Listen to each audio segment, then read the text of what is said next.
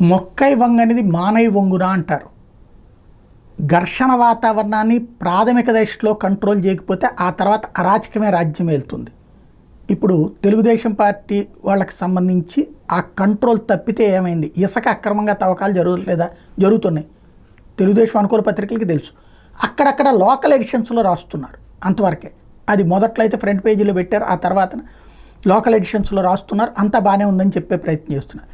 ఇప్పుడు చివరికి అదే తెలుగుదేశం అనుకూల మీడియా జర్నలిస్టుల్నే బెదిరించే స్థాయికి వచ్చేసింది ఈ అదుపు తప్పినటువంటి అంశం.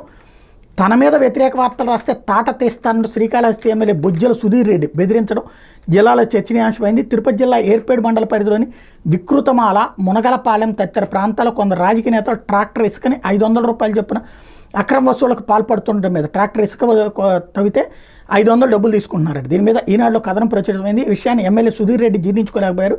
శుక్రవారం వ్యక్తిగత సహాయకులతో న్యూస్ టుడే ప్రతినిధికి ఫోన్ చేయించి, నా గురించి వ్యతిరేకంగా వార్తలు రాస్తే తాట తీస్తా ఏమనుకుంటున్నావు? ఇదే నీకు చివరి హెచ్చరిక. వైకాపా పాలనలో కనబడలేదా? ఇప్పుడే అన్ని గుర్తుకొచ్చాయా? ఒళ్ళు జాగ్రత్త పెట్టుకో, ఇక మీద వ్యతిరేక వార్త కనిపిస్తే బాగుండదు, నీ కథ ముగిసినట్టే అంటూ దుర్భాషలాడారు. జరిగిన రోజంతా అని చెప్పేది న్యూస్ టుడే ప్రతినిధి ప్రయత్నించినా వినకుండా ఎమ్మెల్యే బెదిరించడం గమనార్హమని ఈనాడు రాసింది. ఈ విషయంలో ఈనాడు యాజమాన్యానికి హ్యాట్స్ ఆఫ్.